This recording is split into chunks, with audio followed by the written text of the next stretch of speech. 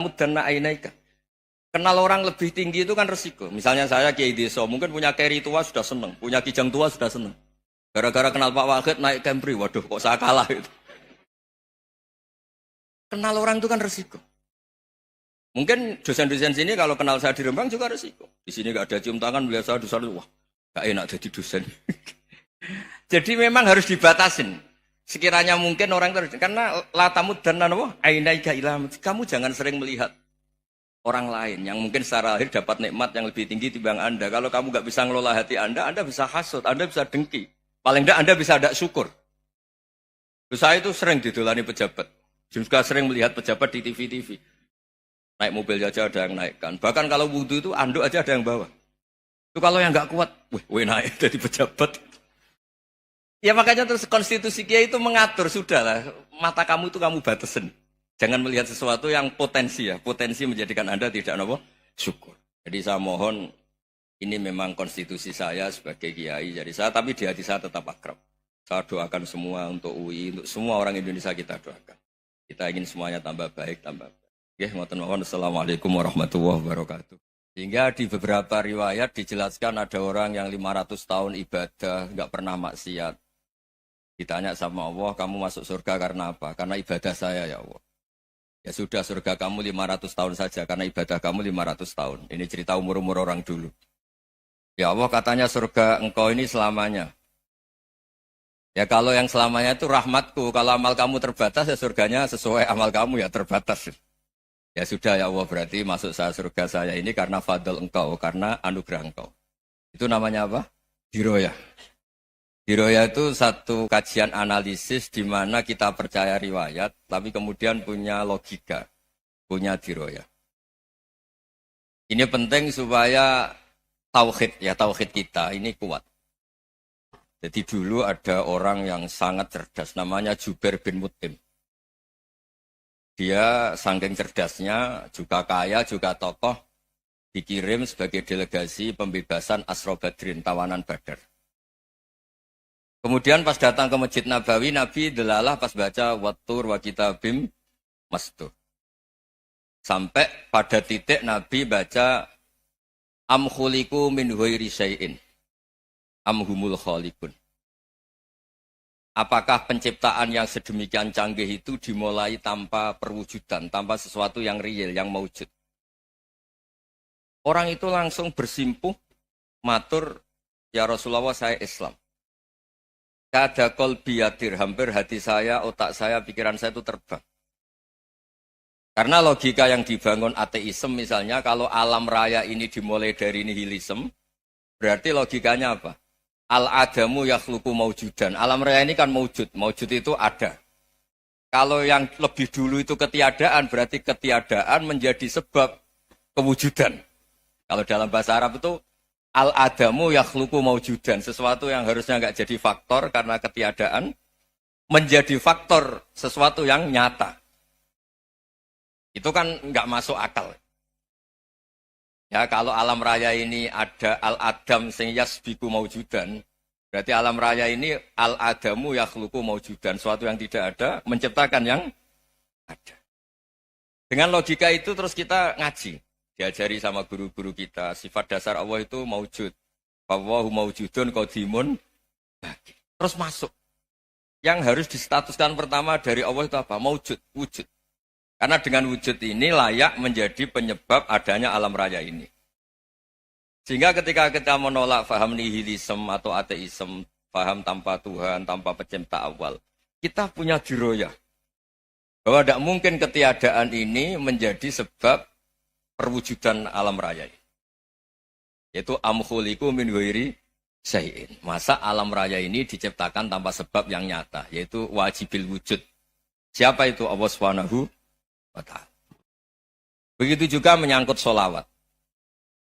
Orang boleh beda pendapat tentang redaksi sholawat. Ada yang sholli ala Muhammad, ala Sayyidina Muhammad, Nabi Muhammad. Monggo lah masalah redaksi saja.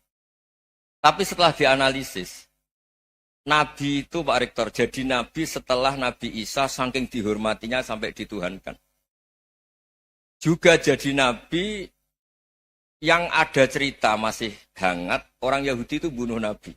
Jadi yang satu mendudukkan Nabi sedemikian tinggi sampai kayak Tuhan, yang satu menjatuhkan Nabi sedemikian rendah sampai dibunuh.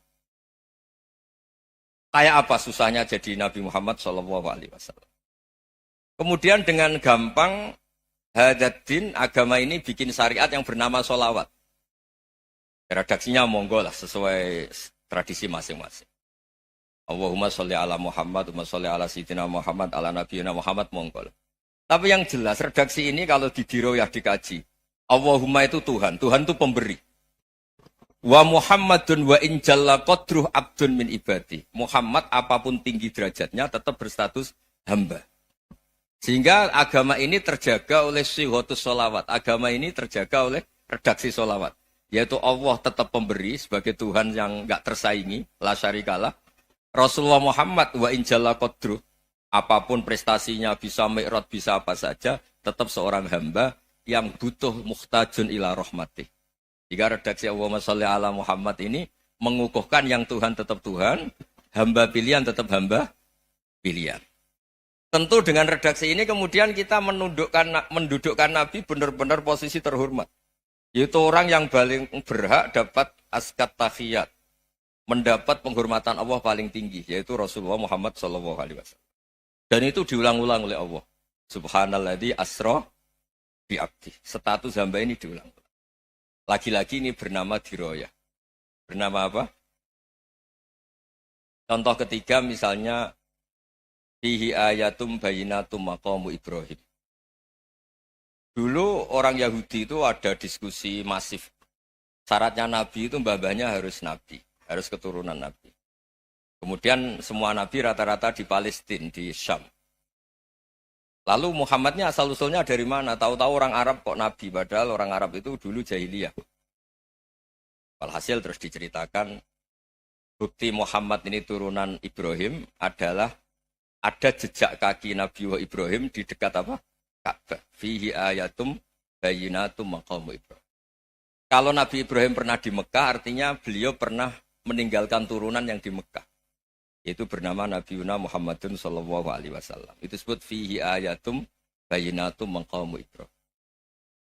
Nah, itu namanya diroyah. Diroyah itu satu perilaku keseharian kita beragama, kemudian tahu logikanya. Yang keempat misalnya, mangkana yu'minu billahi wal yaumil akhir fal yukrim apa? Jaro. Orang yang iman karena Allah dan Rasul, maka memuliakan tetangganya. Andaikan pakai hukum sosial, tentu kalau tetangga kita baik, kita baik. Kalau kurang baik, kok kurang penggawean kan gitu. Tapi dulu itu pernah ada seorang ulama itu dibully ya, dikerjain sama anak muda tetangganya. Pak Kiai datang ke rumah saya, orang ini datang. Kemudian setelah di rumahnya, saya tidak jadi butuh sama Pak Kiai, silahkan pulang. Itu Kiainya senyum menikmati. Dan itu terulang 3 kali. Dibully seperti itu, dikerjain terulang 3 kali. Lalu tetap Kiainya tuh asik, seneng sekali. Lama-lama muda ini tanya, kenapa engkau tidak tersinggung? Padahal saya kerjain sampai 3 kali. Tak undang, terus tak suruh pulang, tak undang, tak suruh pulang. Kata Kiai tadi, yang memerintahkan baik sama tetangga itu Allah. Jadi saya nikmati ketika bisa baik sama Anda. Tidak ada urusannya dengan perilaku Anda yang menolak saya. Nah itu terus kita tahu, memang motifnya kita baik sama tetangga karena iman sama Allah dan Rasul, bukan hukum kompensasi sosial. Jadi kalau mau diteruskan Pak Rektor, saya ngajar di sini ya karena perintah Allah itu orang alim harus ngajar, bukan karena perintah Rektor. Kalau diteruskan. Ya saya mohon juga gitu, para dosen, para karyawan di sini, kalau nggak khianat dengan UI itu karena takut sama Allah, jangan takut sama Rektor. Kalau Anda baik juga karena Allah, jangan baik karena apa? Rektor. Bagaimanapun ya semua kita ini makhluk. Makhluk itu la yadurru wa la yanfa. Begitu juga melihat Indonesia. Melihat saya ini kan ikut di UI itu lama sekali, ikut sama Profesor Zeni, dari Profesor Zeni nulis tafsir. Mungkin Pak Hersoyo tahu banyak, dulu Pak Lutfi ya tahu banyak. Tapi saya memang nggak pernah terbuka karena ya memang nggak ingin sebenarnya. Kondisi ini kondisi darurat. Sehingga saya tahu cara berpikir Profesor Zeni, ya tahu komitmen beliau pada UI. Dan pendiri UI memang ya banyak yang dari tokoh NU, Muhammadiyah, dari tokoh-tokoh ormas yang lain. Memang didirikan banyak orang. Hingga UI memang nggak milik ormas apa tertentu. Dari satu sisi memang baik, nggak dikuasai ormas tertentu. Tapi nanti kalau keterusan ya nggak berbentuk. Ya sudahlah dikelola saja. Sambil-sambil jelas, sambil-sambil kadang nggak jelas. Yang penting ikhlas tadi. Karena kalau terlalu asobia itu jadi repot. Kita ini yang nekuni fikih itu tahu. Kalau udah kuno itu madhabnya Hanafi. Kuno itu madhabnya Syafi'i. Tahu-tahu seakan-akan Imam Syafi'i itu NU, Imam Abu Hanifah itu Muhammadiyah.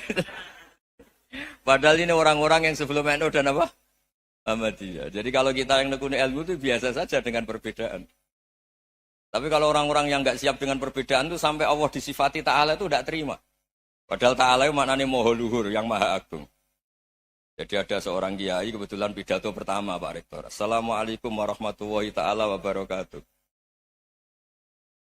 Ilmu balik kedua ini nggak terima karena itu dianggap bid'ah ada Ta'ala. Hanya dia bilang Assalamualaikum warahmatullahi ta'ala wabarakatuh. Itu saking asobiahnya itu Allah ditambahi Ta'ala itu tidak terima. Padahal Ta'ala itu maknanya Maha Agung.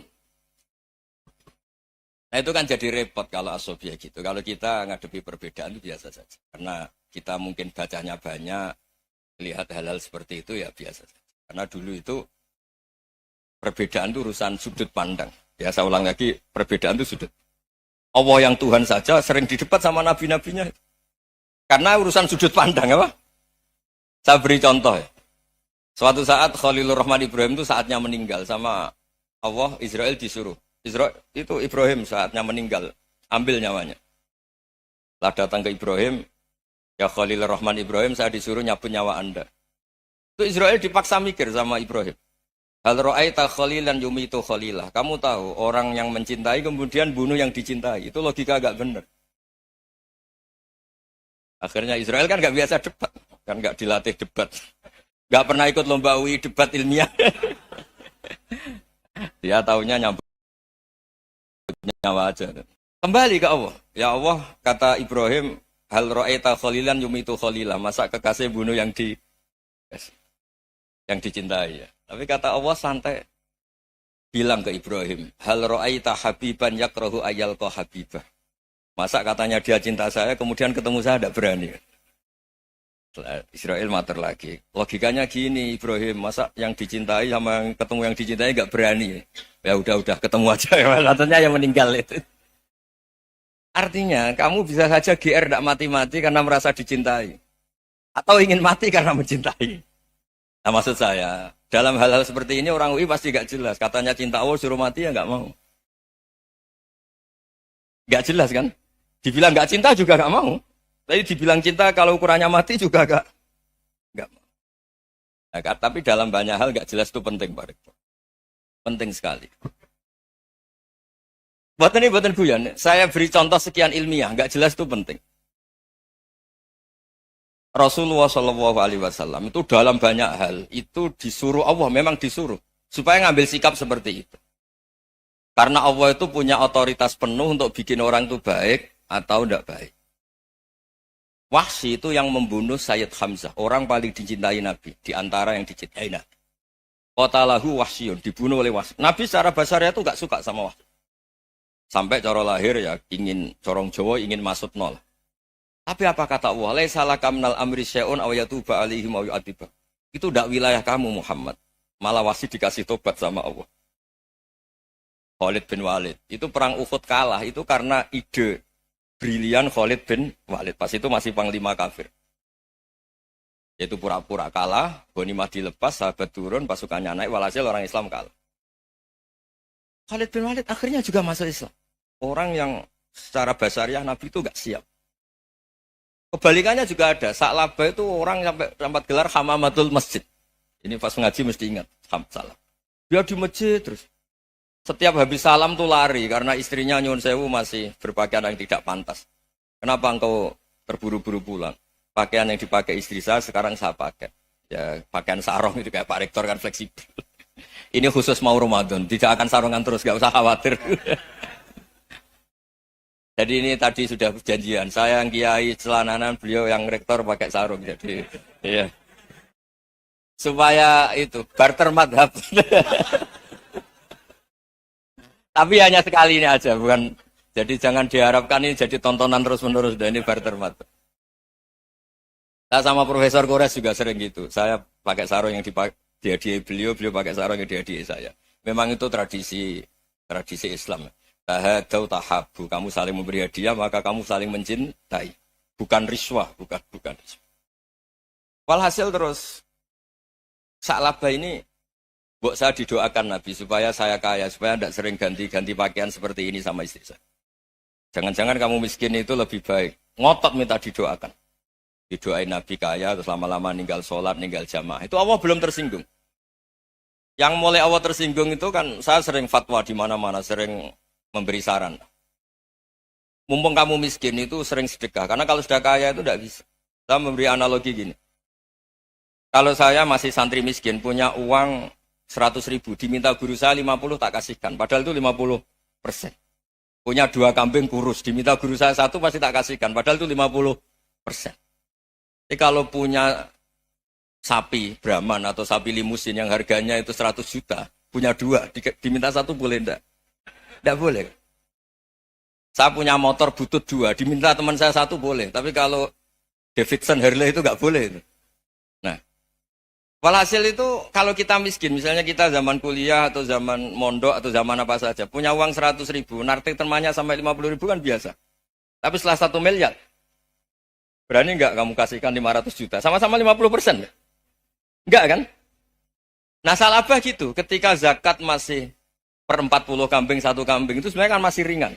41, 82. Kambingnya itu sudah mabenal jabalen. Barang dihitung zakat karena sudah ribuan, jumlahnya sampai 400 kambing. Banyak lah pokoknya. Terus kata Sa'labah, ini pemerasan. Karena jumlahnya besar. Allah tersinggung karena nabinya dianggap narik zakat itu dianggap khorot, dianggap pemeras. Allah tersinggung kemudian fa'aqobahum nifakon fi qulubihim ila yaumil. Dia ditakdir munafik. Semenjak itu terus tadi kembali gak jelas tadi. Barkohnya gak jelas itu menjadi orang tuh bijak. Ini sekarang nakal, jangan-jangan nanti jadi orang baik. Yang sekarang baik, jangan-jangan suatu saat jadi tidak baik. Semua orang introspeksi. Gak ada jaminan kalau kita sekarang baik akan baik terus. Gak ada jaminan kalau kita sekarang buruk akan buruk terus. Sehingga terus banyak kiai-kiai bijak itu memang lahirnya gak tegas. Tapi gak tegas itu yang menjadikan bijak. Karena sama-sama mungkin. Itu yang disebut laisa laka minal amri syai'un aw yatuba alaihi wa yu'adzibum. Itu tidak wilayah kamu. Ketika Allah mengomentari orang munafik juga wa yu'adzibal munafiqina insya'a aw yatub. Bisa saja ada yang diseksa, bisa saja ada yang dikasih tobat.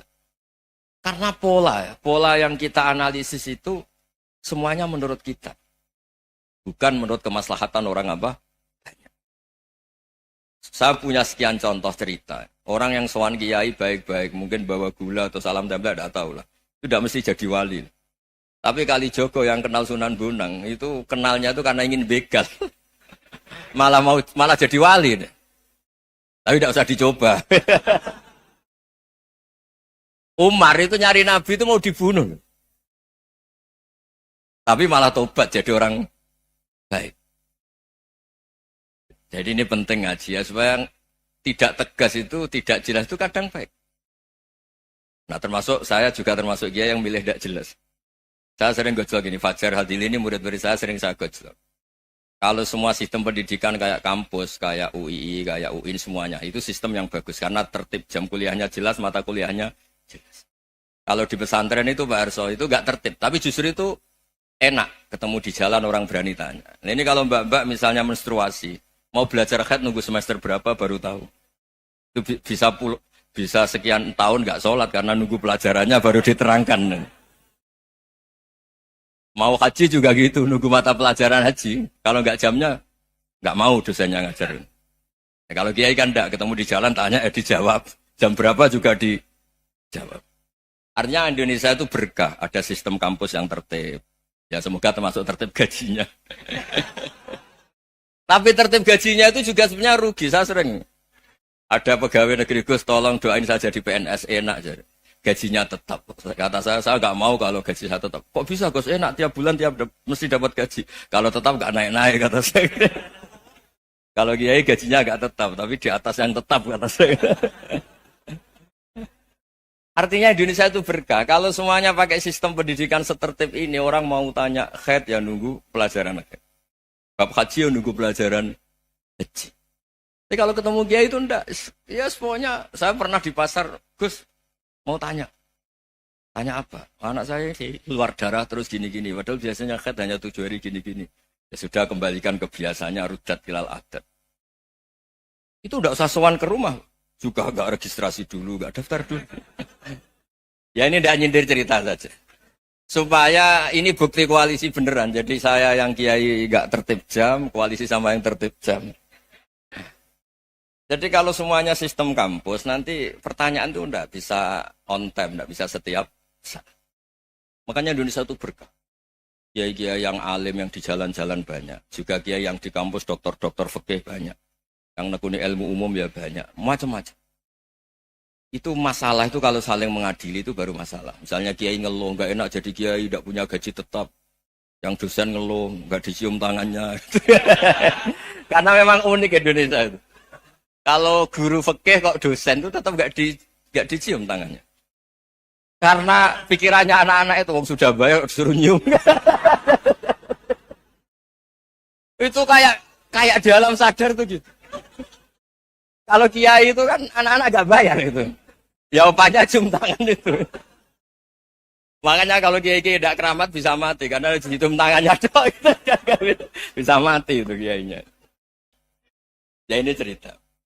Supaya saling menghormati. Saling menghormati. Jadi kalau makanya itu pakar-pakar akhlak ya. Pakar-pakar etika peradaban. Itu tertampar betul ketika Nabi urusan ilmu itu mengabaikan itu. Kalau sudah urusan ilmu. Misalnya begini, ada urusan ilmu. Ada mbak-mbak cantik atau ibu-ibu cantik. Itu dalam Islam itu diajarkan jangan sopan-sopan banget. Kata Nabi, karena kekuatan ilmu itu di atas kekuatan akhlak, di atas kekuatan adab. Ya nisa an-nabi lastunna ka ahadim minan nisa. Ini taqaitunna fala takhdu'na bil qaul. Faya tema'alladhi fi qalbihi maradun. Misalnya ada mbak-mbak cantik, menarik. Kemudian sopan misalnya sama Pak Fajarin sama dosen-dosen. Monggo binara. Wah itu bahaya pikirannya kemana-mana itu. Orang yang imannya pas-pasan, wih berarti mau. Maksud saya kalau cantik, menarik ketemu di jalan, biarin aja dosennya. Mau kemana biarin aja. Gak usah dihormatin. Kalau dihormatin, Pak mau kemana sadere no bisa bahaya. Tak biarin aja. Kalau tanya, Dek ini alamatnya mana? Cari sendiri Pak. Karena hanya dengan cara itu, si Pak dosen ini gak kepikiran. Gak ada orang suka, orang kedus itu gak akan. Tinggal sudah cantik, sopan. Wah bisa pikirannya macam-macam. Itu ilmu. Fala takhdu'na bil qaul. Kamu jangan terlalu lirih kalau ngomong. Fayat ma'alladhi fi qalbi maradun. Orang yang pikirannya masih kotor, pasti berpikir yang negatif. Anda mungkin demi sopan sama dosen Anda. Tapi sejauh mana dosen Anda juga berpikir positif. Itu kan uji iman sama uji nyali. Nah, sama pejabat yang sopan sama kiai mungkin punya Alphard, punya Robicon, punya terus bawa uang banyak. Terus sama kiai cium tangan hormat. Jangan-jangan kiainya yang pikirannya macam-macam. Ini berarti bisa jadi muhibbin potensial misalnya. Nah, saya ini termasuk kiai yang pengagum ilmu. Sehingga saya sama orang yang medit, yang kikir sama saya itu saya senangnya bukan main. Kenapa? Karena kalau orang medit itu gak berhak nuntut. Tapi kalau orang lomo 1 juta minta surga, 2 juta ya minta apa? Surga. Gus, salam template. 200.000 aja kadang minta surga. Tapi kalau yang kikir-kikir ya sudah salaman tok sudah. Gak minta apa-apa. Kan dia tahu diri, gak bayar kok minta. Maksud saya, Islam itu luas. Dinikmati saja, Pak. Dinikmati saja. Nah itu diroya. Maksudnya itu diroya. Diroya itu, kamu tahu aturan Islam itu, kamu harus yakin khairihi wa syarrihi minallah. Semua itu ujian. Tapi kemudian dikaji. Makanya saya ini termasuk pengagum Imam Syafi'i. Imam Syafi'i itu dikasih tahu. Ada orang yang di depan engkau cium tangan hormat. Itu di luar ngomong-ngomong. Ngata-ngatain Anda. Imam Syafi'i tertawa-tawa. Sowan. Ada ini dikata-katain di luar kok. Kok tidak kamu anggap munafik malah tertawa. Berarti saya wibawa. Di depan saya nggak berani. Dianggap enteng saja. Dibilangin, sebagian orang kampung sini nggak suka sama engkau. Baguslah, nggak akan pinjem uang sama saya. Di mana-mana orang pinjem minta tolong itu karena seneng. Kalau benci kan enggak. Intinya dianggap enteng saja. Yang terjadi di dunia itu semuanya dianggap enteng saja. Man asa ilaika fakot atlakoka. Yang berburuk sama kamu itu membebaskan kamu. Coba kalau akrab, titip. Ya misalnya akrab sama Pak Fajar. Bilang kan ke Pak Rektor, sangkap tuh jadi guru tetap atau apa, kan ribet. Kalau tidak cocok kan nggak minta apa-apa. Makanya hati-hati Pak Rektor sama yang akrab-akrab itu. Itu dulu saya juga nggak paham. Di antara wasiat Bapak yang sering diulang-ulang tuh itu. Suatu saat kamu jadi kiai, ngelola orang nggak seneng tuh gampang. Sudah, situ orang lain. Tapi kalau ngelola orang nggak orang seneng tuh repot. Mintanya aneh-aneh. 100.000 aja minta surga. Hanya teman tenis saja minta naik jabatan.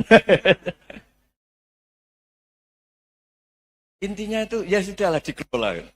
Yang seneng ya berkah, mungkin teman berjuang, teman diskusi. Yang nggak seneng ya berkah, karena ini tidak minta macam-macam, enggak seneng.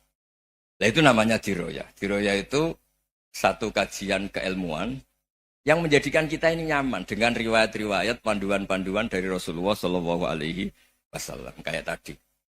Kenapa sih tentang baik sama tetangga, baik sama tamu? Hitung-hitungannya itu mangkana yu'minu billahi wal yaumil. Saya pernah dicium sama orang miskin yang akut, miskin betul. Itu tak ajarin, Anda ini lebih hebat ketimbang orang-orang kaya. Misalnya gini, misalnya ada komunitas rektor atau kiai besar. Saya ini kata orang banyak termasuk kiai besar. Mungkin kalau pinjam uang itu karena mau beli mobil, aksesoris mobil, karena kita kiai top, atau rektor, atau orang-orang top.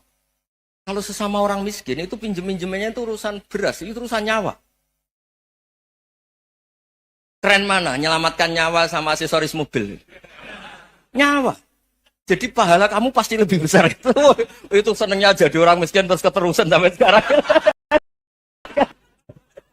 Itu. Loh coba kalau menteri sama menteri, rektor sama rektor, kira-kira pinjamannya apa Pak Arso? Kan kalau mau beli mobil atau mau umroh VIP, pokoknya yang keren-keren. Kalau orang miskin pinjam karena apa? Makan kan? Beras kan? Makanya kalau yang sedang miskin monggo lah, kalau ingin teruskan. Maksud saya Islam itu seenak itu. Islam itu segampang itu. Sudahlah yang sedang miskin ya keren. Karena sekali sosial itu urusannya apa? Nyawa. Tapi kalau miskin semua ya Indonesia bisa tutup kan. Ya sudah yang kaya-kaya itu saya menyelamatkan Indonesia karena bayar pajak yang menjadikan Indonesia berjalan. Tapi ya dipakai yang benar. Nah, begitu seterusnya. Ada kiai miskin cerita ke kita. Gus, enak jenengan alim, terus punya santri banyak, bisa ngajar di mana-mana. Saya bilang, hebat kamu. Dia hidup di daerah tertinggal. Itu yang diajarkan kan hanya tauhid.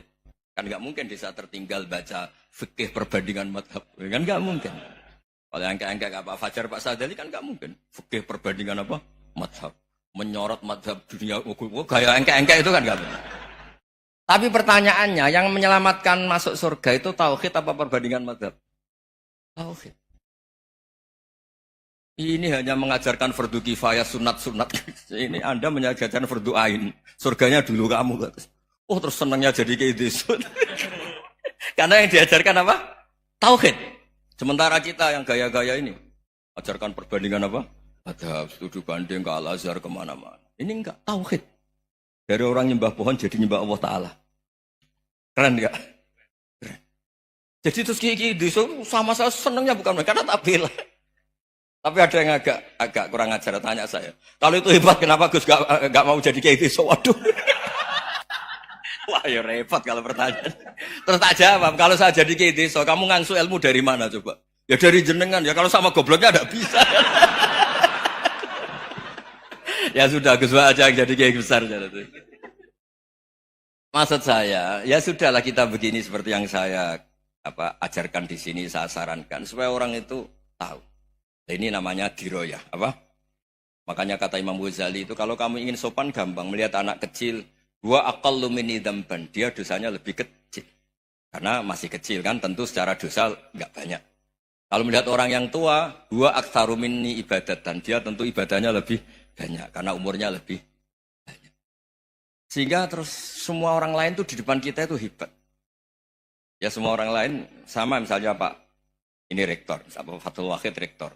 Tanggung jawabnya lebih banyak, berarti pahalanya lebih banyak. Tapi sama, ketika melihat Nyon Sewu, melihat pegawainya yang secara lahir di bawahnya, ini tanggung jawabnya enggak banyak, pasti salahnya juga enggak. Itu yang diajarkan Rasulullah SAW, sehingga enak lah. Tapi kalau kita melihat orang lain selalu salahnya, itu pecundang.